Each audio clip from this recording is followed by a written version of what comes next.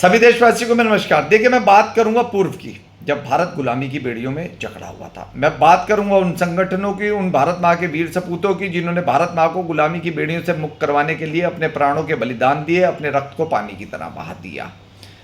प्रत्येक भारतीय को खुली हवा में सांस लेने का सौभाग्य प्रदान करवाया। भारत आज़ाद हुआ, लोकतांत्रिक देश बना, संविधान से चलने वाला देश बना। क्या भारत संविधान से चल रहा है? भारत संविधान से कुछ लोग चल रहे हैं, लेकिन भारत के अंदर निम्न वर्ग के लिए, मध्य वर्ग के लिए, उच्च वर्ग के लिए, सबके लिए संविधान शायद अलग है।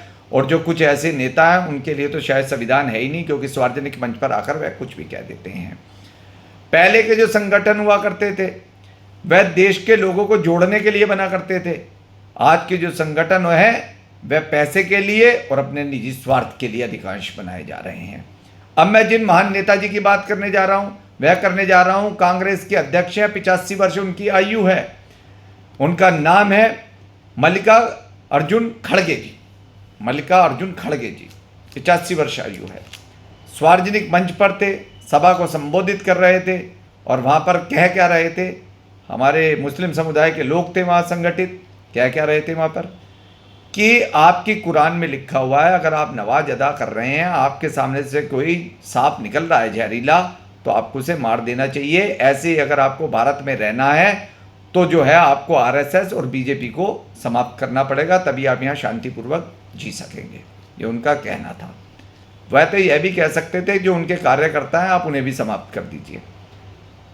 एक अध्यक्ष जिनकी आयु 85 वर्ष ऐसी मानसिकता अगर पाले हुए हैं, सार्वजनिक मंचों से ऐसी बातें कर रहे हैं, अगर उनकी यह बातें सुनकर किसी प्रकार से लोगों में आक्रोश हो जाए और सांप्रदायिक दंगे भड़क जाएं, तो मरेंगे तो उसमें दोनों धर्मों के लोग, बेगुनाह भी खूब मारे जाएंगे। आप तो जाकर अपने घर पर आराम करेंगे।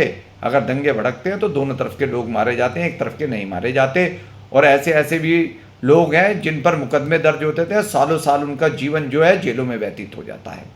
इसीलिए इस वीडियो के माध्यम से प्रत्येक आम व्यक्ति के, प्रत्येक धर्म के व्यक्ति से मैं सिर्फ और सिर्फ यही निवेदन करूंगा, जो ऐसे राजनीतिक संगठन के कुछ नेता हैं, कुछ ऐसे गैर राजनीतिक संगठन के लोग हैं जो आपको भड़काने का प्रयास करते हो, सांप्रदायिक टकराव करवाने का प्रयास करते हो, जिसके कारण वह बेगुनाह लोग मारे जाते हो, जिसके कारण वह लोगों पर मुकदमे होते हो, ऐसे लोगों से दूरी बनाकर रखिए। ऐसे लोगों का बहिष्कार कीजिए।